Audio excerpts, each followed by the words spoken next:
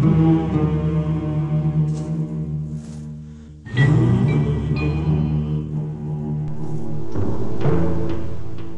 آپ کا دل دیدار کا مشتاق ہے تو جبرائیل کے پروں کی ہمت اور طاقت اپنے اندر پیدا کرنا ہوگی تاکہ معراج کی منازل طے کر سکو۔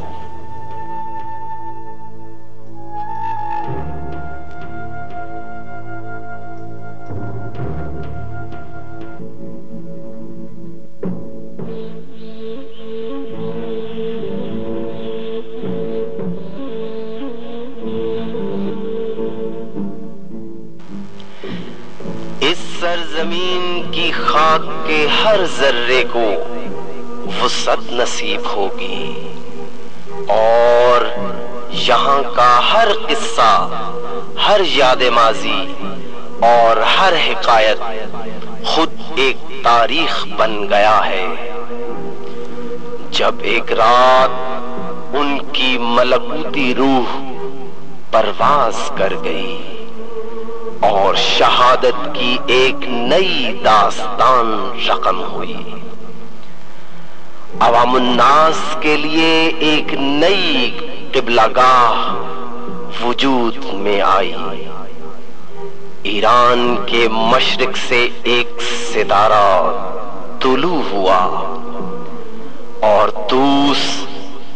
اس کے نور سے منور ہوا، اور عاشقان رسول کی نگاہوں کے سامنے اس کے کوچے بازاروں میں اس کے قصے دہرائے جانے لگے۔ وہ سرزمین جہاں ہر لمحہ بادلوں کی ریشمی سرسراہٹ سنائی دیتی ہے اور نورانی ستاروں کی بارش اس پر زوفشاں کرتی ہے، ستاروں کی بارش ہوگی تاکہ اس کے گنبد سے پھول نچھاور ہوں، اس کا گلدستہ پھول کی مانند کھل جائے اور اس کے حدود اربع کی وسعت میں اضافہ کیا جائے۔ یہاں کئی قیمتی جانوں کا خون بہایا گیا، کئی گھر تباہ و برباد ہوئے اور عاشقان رسول بے گھر ہوئے، لیکن اس حرم کی حرمت کو کوئی گزند نہ پہنچا سکا اور امامت کا ستارہ اپنی پوری آب و تاب کے ساتھ چمکتا رہا۔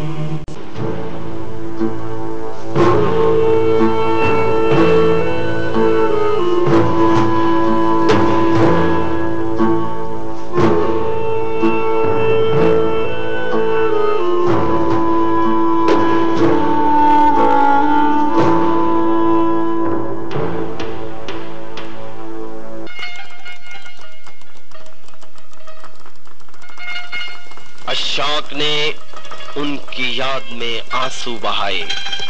اور عارفان معرفت نے اس کے دروازے پر دستک دی، اور جس فنکار کا ہاتھ اس کی طرف بڑھا تو اس کے ہاتھوں کی انگلیوں کا ایک ایک جوڑ خود پھول بن گیا، اور قدرت قلم نے اپنا جوہر دکھایا۔ فنکار خود مجسمہ ہنر بن گیا تاکہ اس کا عشق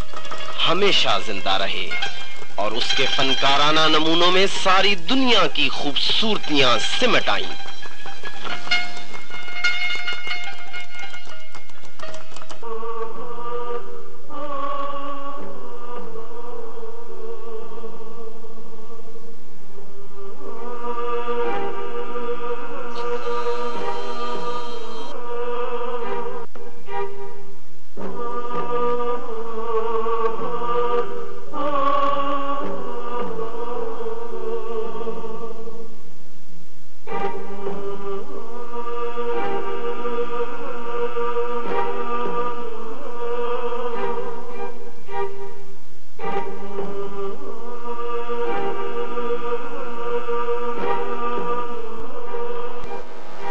جہاں کا ہر باغ بہشت کے ایک باغ کا نمونہ بن گیا، جہاں جبرائیل علیہ السلام خود نیچے تشریف لائے۔ موسیٰ علیہ السلام نے اپنا چوبی عصا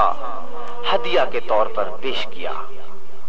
یہاں ابتدا میں ایک چوبی صندوقچہ نصب کیا گیا، اور عاشقان اہل بیت نے اپنے عشق کی آگ